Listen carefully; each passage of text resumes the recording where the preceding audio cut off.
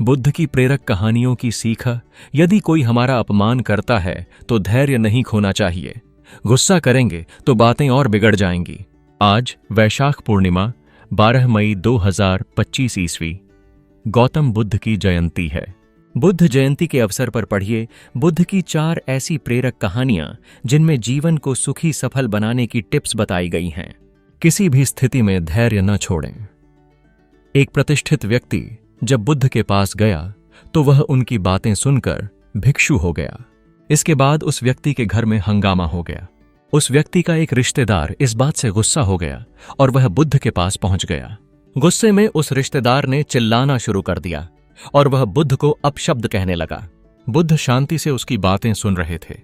जब गाली देने वाला व्यक्ति बोलते बोलते थक गया, बुद्ध ने उससे कहा कि जब कोई हमें उपहार दे और हम उसे स्वीकार न करें तो वह किसके पास रहेगा। व्यक्ति ने कहा कि वह उपहार हमारे पास ही रह जाएगा। बुद्ध बोले कि आपने मुझे जो अपशब्द कहे हैं वे मैंने स्वीकार ही नहीं किए, तो वे शब्द आपके पास ही रह गए हैं। बुद्ध की सीख। जब कोई हमारा अपमान करता है तो हमें धैर्य नहीं खोना चाहिए। अगर गुस्सा करेंगे तो बातें और अधिक बिगड़ जाएंगी। संतुलन के बिना शांति नहीं मिलेगी। राजकुमार सिद्धार्थ पत्नी यशोधरा, पुत्र राहुल और राजमहल के भोग विलास को छोड़कर जंगल की ओर निकल गए थे। सिद्धार्थ आत्मज्ञान हासिल करने के लिए कठिन शारीरिक तपस्या, तत्व चिंतन, अन्य साधकों से विचार विमर्श करते हुए बहुत प्रयास कर रहे थे। एक दिन वे जंगल में बैठे थे।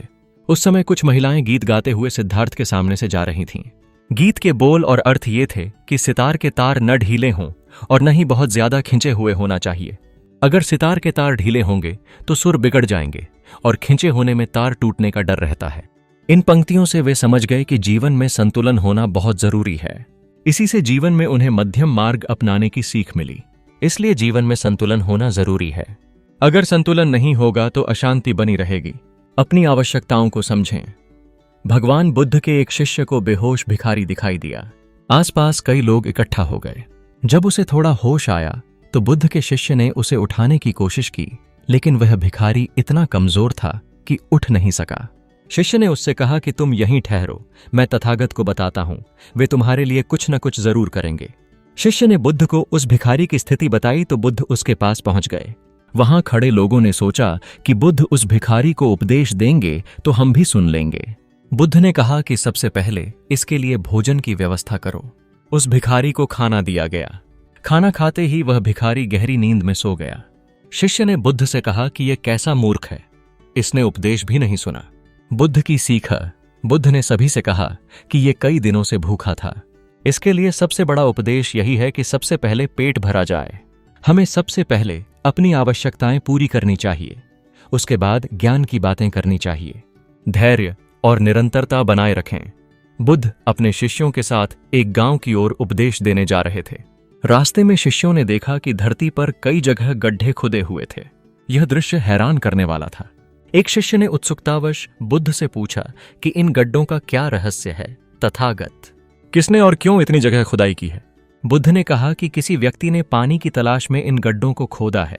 वह हर जगह थोड़ी थोड़ी खुदाई करता, लेकिन जब पानी नहीं मिला तो दूसरी जगह चला जाता। यदि वह एक ही स्थान पर लगातार खुदाई करता तो अवश्य ही पानी निकल आता। बुद्ध की सीख। बुद्ध की इस कथा से 2 सूत्र बताए हैं। पहला, लक्ष्य को बार बार बदलने के बजाय किसी एक लक्ष्य पर लगातार मेहनत करनी चाहिए। दूसरा सूत्र, देर से परिणाम आने पर भी संयम और आत्मविश्वास बनाए रखना चाहिए। चक्षुपाल की कहानी। एक बार भगवान बुद्ध जेतवन विहार में रह रहे थे। एक भिक्षु चक्षुपाल भगवान बुद्ध से मिलने के लिए आए थे।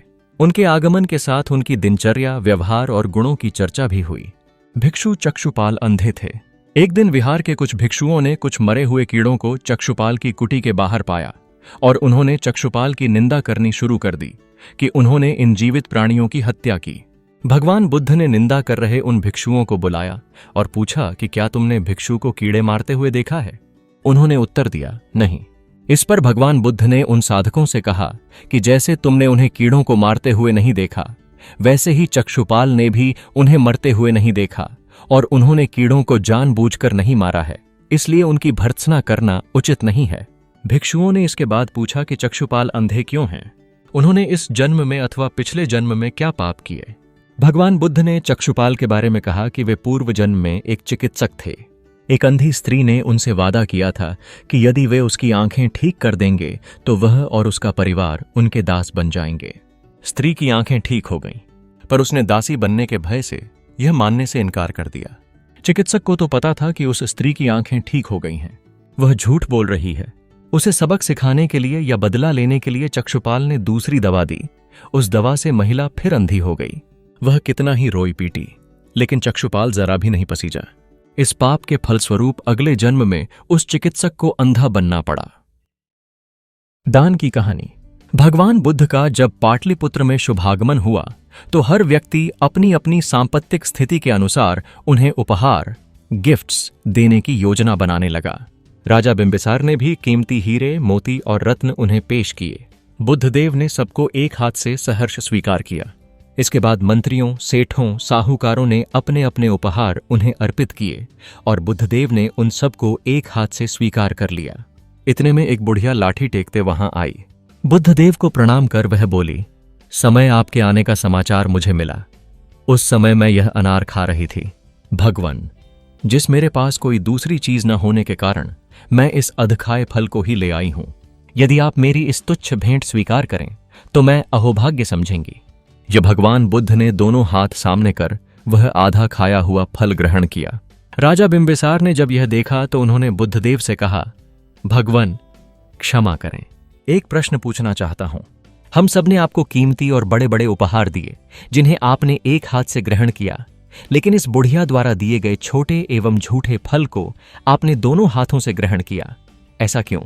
यह सुन बुद्धदेव मुस्कुराए और बोले, राजन, आप सब ने अवश्य बहुमूल्य उपहार दिए हैं, किंतु यह सब आपकी संपत्ति का 10वां हिस्सा भी नहीं है। आपने यह दान दीनों और गरीबों की भलाई के लिए नहीं किया है, इसलिए आपका यह दान सात्विक दान की श्रेणी में नहीं आ सकता। इसके विपरीत इस बुढ़िया ने अपने मुंह का कौर ही मुझे दे डाला है। भले ही यह बुढ़िया निर्धन है, लेकिन इसे संपत्ति की कोई लालसा नहीं है। यही कारण है कि इसका दान मैंने खुले हृदय से दोनों हाथों से स्वीकार किया है। खेती की कहानी। एक बार भगवान बुद्ध भिक्षा के लिए एक किसान के यहां पहुंचे। तथागत को भिक्षा के लिए आया देखकर किसान उपेक्षा से बोला, श्रमण, मैं हल जोतता हूं और तब खाता हूं। तुम्हें भी हल जोतना और बीज बोना चाहिए और तब खाना खाना चाहिए। बुद्ध ने कहा, महाराज, मैं भी खेती ही करता हूं। इस पर किसान को जिज्ञासा हुई और वह बोला, मैं न तो तुम्हारे पास हल देखता हूं, न बैल और न ही खेती का स्थल। तब आप कैसे कहते हैं कि आप भी खेती ही करते हो? आप कृपया अपनी खेती के संबंध में समझाइए। मेरे पास श्रद्धा का बीज, तपस्या रूपी वर्षा और प्रजा रूपी जोत और हल है। पाप भीरुता का दंड है, विचार रूपी रस्सी है, स्मृति और जागरूकता रूपी हल की फाल और पेनी है। मैं वचन और कर्म में संयत रहता हूं। मैं अपनी इस खेती को बेकार घास से मुक्त रखता हूं और आनंद की फसल काट लेने तक प्रयत्नशील रहने वाला हूं। अप्रमाद, आलस्यहीन उद्यम मेरा बैल है, जो बाधाएं देखकर भी पीछे मुंह नहीं मोड़ता है। वह मुझे सीधा शांति धाम तक ले जाता है। इस प्रकार मैं अमृत की खेती करता हूं। आम्रपाली की कहानी। एक बार भगवान बुद्ध विचरते हुए वैशाली के वन विहार में आए। नगर में उनके पहुंचने की खबर मिनटों में फैल गई और उनके दर्शन करने के लिए लोग वहां आने लगे। नगर के बड़े बड़े श्रेष्ठजन भी उनके दर्शन के लिए पहुंचे। हर किसी की इच्छा थी कि तथागत उसका निमंत्रण स्वीकार करें और उसके घर भोजन करने के लिए पधारें। आम्रपाली वैशाली की सबसे सुंदर और प्रतिष्ठित गणिका थी। वह भी बुद्धदेव के तपस्वी जीवन को देखकर प्रभावित हो चुकी थी तथा उसे अपने घृणित जीवन से घृणा हो चुकी थी। बस क्या था, वह भी बुद्धदेव के पास निमंत्रण देने पहुंच गई। उसने तथागत को निमंत्रण दिया और उन्होंने उसका निमंत्रण स्वीकार कर उसके घर हो भी आए। बस क्या था, वह भी बुद्धदेव के पास निमंत्रण देने पहुंच गई। उसने तथागत को निमंत्रण दिया और उन्होंने उसका निमंत्रण स्वीकार कर उसके घर हो भी आए। जब उनके शिष्यों को इस बात का पता चला तो उन्होंने बुरा मानकर उनसे स्पष्ट रूप से कहा कि उन्होंने एक गणिका के घर जाकर बड़ा ही अनुचित कार्य किया है। अपने शिष्यों की बात सुनकर तथागत उन सब से बोले, श्रावकों, आप लोगों को आश्चर्य है कि मैंने गणिका के घर कैसे भोजन किया। उसका कारण यह है कि वह यद्यपि गणिका है, किंतु उसने अपने को पश्चाताप की अग्नि में जलाकर निर्मल कर लिया है। जिस धन को पाने के लिए मनुष्य मनौतियां करता है और न जाने क्या क्या तरीके इस्तेमाल करता है, उसी को आम्रपाली ने तुच्छ मानकर लात मारी है और अपना घृणित जीवन त्याग दिया है। ऐसे में मैं उसका निमंत्रण कैसे अस्वीकार कर सकता था? आप लोग स्वयं सोचे कि क्या अब भी उसे हेय माना जाए। गौतम बुद्ध की बात सुनकर सभी शिष्यों को महसूस हुआ कि बुद्धदेव तो सही बात कर रहे हैं। इसलिए उन्हें बहुत पश्चाताप हुआ और उन्होंने तथागत से क्षमा मांगी। तथागत ने भी अपने शिष्यों को माफ कर दिया।